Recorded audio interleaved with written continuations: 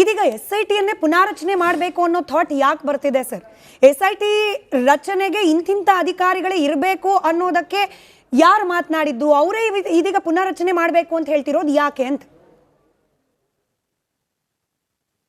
ಯಾರಿಗಿದು ಪ್ರಶ್ನೆ? ನಿಮ್ಗೆ sir. Okay, ಈಗ ನೋಡಿ, ಆವತ್ತು SI ಯೋಗೀಶ ಏನ್ ಕೆಲಸ ಮಾಡಿದ್ದ ಅದೇ ಕೆಲಸವನ್ನು ಇವತ್ತು SIT ಮಾಡ್ಲಿಕ್ಕೆ ಹೊರಟ್ರೆ ಸುಮ್ಮನೆ ಇದ್ದುಕೊಂಡು ನೋಡ್ತಾ ಇರ್ಬೇಕಾ ಅಥವಾ ತಡಿಬೇಕಾ?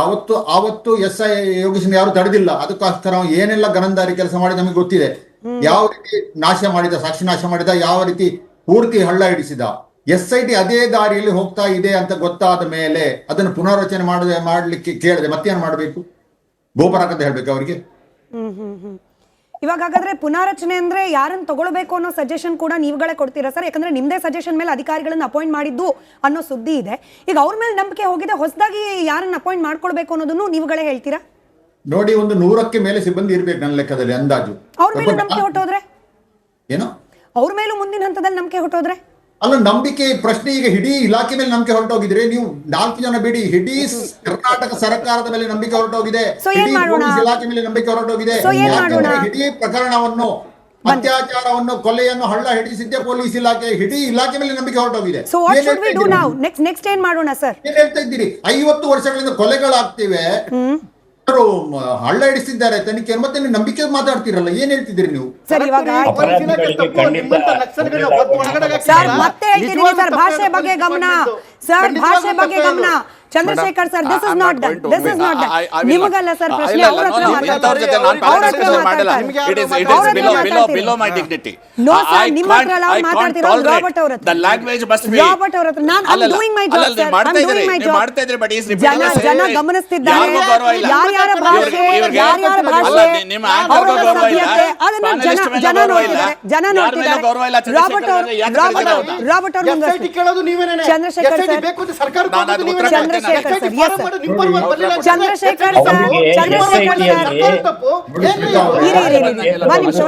ಚಂದ್ರಶೇಖರ್ ಸರ್ ಎಲ್ಲರ ವಾಯ್ಸು ಕಟ್ಟಿರ್ಲಿ. Chandrashekhar sir, you are spoiling the debate sir. ನೀವು ನಿಮ್ಮ ಹತ್ರ ಸಾಕಷ್ಟು ವಿಚಾರ ಇದೆ ಮಾತನಾಡ್ಲಿಕ್ಕೆ, ಅದನ್ನ ಸರಿಯಾಗಿ ಮಾತನಾಡಿಯಲ್ಲ. ಭಾಷೆ ಬಳಕೆಯಲ್ಲಿ ಗಮನ ಇಟ್ಬಿಡಿ, ಅಷ್ಟೇ ನನ್ನ ಚಿಕ್ಕ ಕೋರಿಕೆ. ದಯವಿಟ್ಟು ಪರಿಗಣಿಸಿ ಇದನ್ನ. ರಾಬರ್ಟ್ ಸರ್, ಮುಂದುವರಿಸಿ. ಅಲ್ಲ, ಕಿರುಚುವ ಕೋತಿಯ ಬಾಯಿಗೆ ಮೊದಲು ಒಂದು ಸುಪಾರಿ ಹಾಕಿ. ಭಾಷೆನೂ ಗಮನ ಇರಲಿ ಸರ್, ನಿಮ್ಮ ಭಾಷೆನೂ ಗಮನ ಇರಲಿ ಸರ್. ಸರ್, ಏನ್ ರೌಡಿಗಳ ತರ ಮಾತಾಡ್ತಿದ್ದೀರಾ sir? This is not done. This is Chandrashekhar ಅವ್ರ ವಾಯ್ಸ್ ಕಟ್ ಮಾಡಿ. ಚಂದ್ರಶೇಖರ್ ಅವ್ರ ವಾಯ್ಸ್ ಕಟ್ಟು, ಕೇವಲ ರಾಬರ್ಟ್ ಅವ್ರ ವಾಯ್ಸ್ ಮಾತ್ರ ಆನ್. ಸರ್, ನಿಮ್ಮ ಭಾಷೆ ಬಗ್ಗೆನೂ ಗಮನ ಇರಲಿ. ಜನ ನಿಮ್ಮಗಳ ಸಭ್ಯತೆ ಹೇಳಿದ್ದಾರೆ ನೀವು ಬಳಸೋ ಭಾಷೆಯಿಂದ. ಇಬ್ಬರಿಗೂ ವಿಷಯ ಮಾತಾಡಿ. ರಾಬರ್ಟ್ ಸರ್, ಸರಿ, ಕಿರುಚಾಡದಿದ್ದರೆ ಮಾತಾಡಬಹುದು. ನಾನು ವಿಷಯ ಸ್ಪಷ್ಟವಾಗಿ ಇದ್ರೆ ಇವತ್ತು ಈ ಸಾಕಷ್ಟು ನಾನು ಕಿರುಚಾಟ ನೋಡಿದೆ, ಅದಕ್ಕೆ ನಾನು ಪ್ರಾರಂಭದಲ್ಲಿ ಹೇಳಬೇಕಾಯ್ತು ಈ ಮಾತನ್ನು. ಸರಿ, ಈಗ ನೋಡಿ, SIT 4 ಜನ ಮುಖ್ಯಸ್ಥರು ಮೇಲ್ನೋಟಕ್ಕೆ ಸರಿ ಅಂತ ಕಂಡಿದ್ರು. ಅವಾಗ ಇರ್ಬೋದು ಸ್ವಲ್ಪ ಅವರ ರೆಕಾರ್ಡ್ ನೋಡುವಾಗ ಸಾಚಾತರ. ಆದ್ರೆ ಕೆಳಗಿನ ಸಿಬ್ಬಂದಿಯನ್ನು ಯಾರು ಸಿಲೆಕ್ಟ್ ಮಾಡಿದ್ರು? ಅವರು ಸಿಲೆಕ್ಟ್ ಮಾಡಬೇಕಾಗಿತ್ತು. ಅದರಲ್ಲಿ ಯಾವ ರೀತಿಯಲ್ಲೆಲ್ಲ ನುಸುಳುವಿಕೆ ಆಗಿದೆ. ಅಸುರರ ಪ್ರಭಾವ ಬಳಸಿ ಅಲ್ಲಿ SIT ಕೆಳ ಹಂತದ ಇದು sub inspector DSP level officer ಅನ್ನು ಯಾರು ಇದು ಮಾಡಿದ್ರು? ಈ ಮಂಜುನಾಥ್ ಗೌಡ ನಂತರ ಹೇಗೆ ನುಸುಳಿದ್ರು ಅಲ್ಲಿ? ಯಾವ ರೀತಿ ಅವನು ಚಿನ್ನಯ್ಯನಿಗೆ ಥ್ರೆಟ್ ಮಾಡಿದ, ಚಿನ್ನಯ್ಯನಿಗೆ ಹೊಡೆದ, ಏನೇನೆಲ್ಲ ಆರೋಪ ಇದೆ ಅವನ ಮೇಲೆ, ಯಾವ ರೀತಿ ಚಿಕ್ಕ ಕೆಂಪಮ್ಮನಿಗೆ ಅವನು ಮಿಸ್ಬಿಹೇವ್ ಮಾಡಿದ, ಅಂತವರನ್ನು SIT ಒಳಗೆ ಕೂರಿಸಿದ್ದು ಯಾರು? ಇದರ ಬಗ್ಗೆ ನಾವು ಮಾತಾಡ್ಬೇಕಲ್ವಾ? ಅಸುರರ ಕೆಲಸ ಇಲ್ಲಿ ಕೈ ಮಾಡಲಿ ಕೆಲಸ ಆಗಿದೆಯಾ? ಇಷ್ಟು ದೊಡ್ಡ ಸಿಬ್ಬಂದಿ ಒಬ್ಬೊಬ್ಬರ ಇದು ರೆಕಾರ್ಡ್ ನೋಡಿ, ನೀವು ಅವರ ಹಿಸ್ಟ್ರಿ ನೋಡಿ ಅಪಾಯಿಂಟ್ಮೆಂಟ್ ಮಾಡಬೇಕಿತ್ತು. ಅಲ್ಲೇ ಹಳಿ ತಪ್ಪಿದ್ದಂತೆ ಅನಿಸ್ತಾ ಇದೆ. ಇವಾಗ ಅದನ್ನು ಕ್ಲಿಯರ್ ಮಾಡ್ಲಿಕ್ಕೆ ಕೇಳುವುದು ನಾವು ತಪ್ಪಾಗುತ್ತಾ? ಸರಿ, ಇದಕ್ಕೆ ದೊರೆಯರ್ ಸರ್ ನೀವು ಹೇಳಿ, SIT ಅಲ್ಲಿರುವ ಈಗಿನ ಅಧಿಕಾರಿಗಳ ಮೇಲೆ ಅನುಮಾನ ಇದೆ, ಮುಂದೆ ಏನು ಮಾಡಬೇಕಾಗಾದ್ರೆ? ಈಗ ಪ್ಯಾನಲಿಸ್ಟ್ ಅವರು ಹೇಳಿದ್ದನ್ನು ನಾನು ಅನುಮೋದಿಸಿ ಮಾತಾಡ್ತಿದ್ದೀನಿ. ಎಲ್ಲ ಅಧಿಕಾರಿಗಳು ಕಲಂಕಿತರಲ್ಲ. ಇಡೀ SIT ಟೀಮ್ನೇ ಬದಲಾಯಿಸಬೇಕು ಅಂತ ನಾನು ನೋಡಿರೋ ಅರ್ಜಿಲಿಲ್ಲ. ನಮ್ಮ ಹೋರಾಟಗಾರರು ಏನು ಅರ್ಜಿ ಕೊಟ್ಟಿದ್ದಾರೆ ಅಂದರೆ, ಮೊಹಂತೆ ಅವರ ನೇತೃತ್ವದಲ್ಲಿರ್ತಕ್ಕಂಥ ಈ ವಿಶೇಷ ತನಿಖಾ ತಂಡ ಧರ್ಮಸ್ಥಳದಲ್ಲಿ ಅದರಲ್ಲಿ ಇರ್ತಕ್ಕಂಥ ಕೆಲವು ಅಧಿಕಾರಿಗಳು ಸಾಕ್ಷಿಗಳಿಗೆ ಆಮಿಷ ಕೊಟ್ಟಿದ್ದಾರೆ, ಮೊಬೈಲ್ ಫೋನಲ್ಲಿ ಗಿಫ್ಟ್ ಕೊಟ್ಟಿದ್ದಾರೆ, ಹಣ ಕೊಟ್ಟಿದ್ದಾರೆ, ಬೇರೆ ಬೇರೆ ಒತ್ತಡಗಳು ಮಾಡಿದ್ದಾರೆ, ಬೆದರಿಸಿ ಹೆದರಿಸಿ ಹೇಳಿಕೆಗಳನ್ನು ಪಡೆದಿದ್ದಾರೆ. ಅಂಥ ಕೆಲವು ಅಧಿಕಾರಿಗಳನ್ನ ಬದಲಾಯಿಸಿ ಇದೇ SITನ ಮುಂದುವರಿಸಿ ಅಂತ ಹೇಳಿ ಲಿಖಿತವಾಗಿ ಅರ್ಜಿ ಕೊಟ್ಟಿದ್ದಾರೆ. ನಾನು ಅದನ್ನು ನೋಡಿದೆ. ಈ ವಿಚಾರಗಳೆಲ್ಲ ನಿಮ್ಗಳಿಗೆ ಗೊತ್ತಾಗ್ತಿದೆ ಅಂದರೆ ಪ್ರಣಬ್ ಮೊಹಂತಿ ಅವರಿಗೆ ಗೊತ್ತಾಗಿದೆ. ಅವ್ರು ಗೊತ್ತಾದ್ರೂ ಕೂಡ ಈಗ ಅವರು ಕರಪ್ಟ್ ಅಲ್ಲ, ಕರಪ್ಟ್ ಅಂತ ಅಲ್ಲ. ಅಲ್ಲ, ಅವರು ಕೆಲಸ ಮಾಡ್ತಿದ್ದಾರೆ, ಸರ್ಕಾರಿ ಅಧಿಕಾರಿ ಶಿಸ್ತಿಗೆ ಒಳಪಟ್ಟಿದ್ದಾರೆ. ನಾವು ಮಾತಾಡ್ತಾರೆ, ಅವ್ರು ಮಾತಾಡಕ್ ಆಗೋದಿಲ್ಲ ಸ್ಮಿತಾ. I agree. ಇಡೀ SIT ಯ ಜವಾಬ್ದಾರಿಯನ್ನ ಪ್ರಣಬ್ ಮೊಹಂತಿ ಅವರು ಹೊತ್ತಿ ಅವರ ಕೈ ಕೆಳಗಿನ ಅಧಿಕಾರಿಗಳು ಕರಪ್ಟ್ ಆಗಿದ್ದಾರೆ ಅಂತ ಗೊತ್ತಾದ್ಮೇಲೆ ಅವ್ರು ಸುಮ್ಮನಿರ್ಲಿಕ್ಕೆ ಹೆಂಗ್ ಸಾಧ್ಯ? ಈಗ ಅರ್ಜಿ ಹೋಗಿದೆ ನ್ಯಾಯಾಲಯದ ಮುಂದೆ, ಮುಂದಿನ ವಾರ ಅರ್ಜಿ ಬರುತ್ತೆ. ಈ ಪ್ರಶ್ನೆಗೆ ಉತ್ತರ ಕೊಡಿ ಸರ್. ಪ್ರಣಬ್ ಮೊಹಂತಿ ಅವರಿಗೆ ಈ ಪ್ರಶ್ನೆಗೆ ನಾನು ಉತ್ತರ ಕೊಡಕ್ಕೆ ನಾನು ಅಪರಾಧಿ ಅಲ್ಲ ಸ್ಮಿತಾ ಅವರೇ. I am an advocate. Sir, then you can blame anybody. ಅಲ್ಲ, 42 years ಪ್ರಾಕ್ಟೀಸ್ ಆಗಿದೆ. ನೀವು ಜವಾಬ್ದಾರಿಯಿಂದ ಕೇಳೋದಾರೆ ನಾನು ಉತ್ತರ ಕೊಡ್ತೇನೆ. ಇಲ್ಲವೇ I will not participate. You are not a judge, you are not a prosecutor, you are not a advocate, you are not a police officer. You should know your limits. You should know your limits. And all are shouting and doing Gudaism. Why should we participate in the debate? ನಾನು ಒಬ್ಬ ವೀಕ್ಷಕಿಯಾಗಿ, journalist ಅನ್ನೋದು ಮರೆತು ಬಿಡಿ sir, ನಾನು judge ಅಲ್ಲ, ನಾನು expert ಅಲ್ಲ, ಒಬ್ಬ ವೀಕ್ಷಕಿಯಾಗಿ ನನಗಿರುವ ಅನುಮಾನವನ್ನ ವಿನಮ್ರತೆಯಿಂದ ಕೇಳ್ಕೊಳ್ತಾ ಇದ್ದೀನಿ sir. With all the respect, ಇಲ್ಲ ಕೇಳಿಸ್ಕೊಂಬಿಡಿ ಸರ್.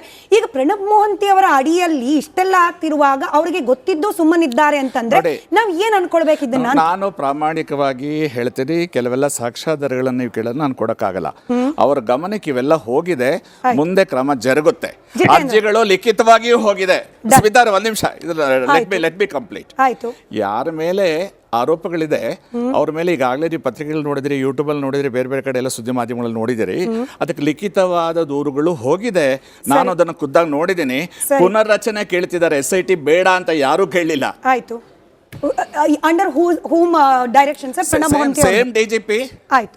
ನಾನು ಈ ವಿಚಾರನ ಕೂಡ ವೀಕ್ಷಕರಿಗೆ ಬಿಡ್ತೀನಿ. ಜಿತೇಂದ್ರ ಅವರೇ, ನಿಮ್ಮ ಕಡೆ ಪ್ರತಿಕ್ರಿಯೆ ಈ ವಿಚಾರಕ್ಕೆ ಸಂಬಂಧಪಟ್ಟಂತೆ ಬೇಕು. ಅದಾದ್ಮೇಲೆ ನಾನು ರತ್ನ ಹಾಗೆ ಮಲ್ಲಿಕಾ ಅವ್ರು ಮಾತನಾಡಿಸ್ತೀನಿ.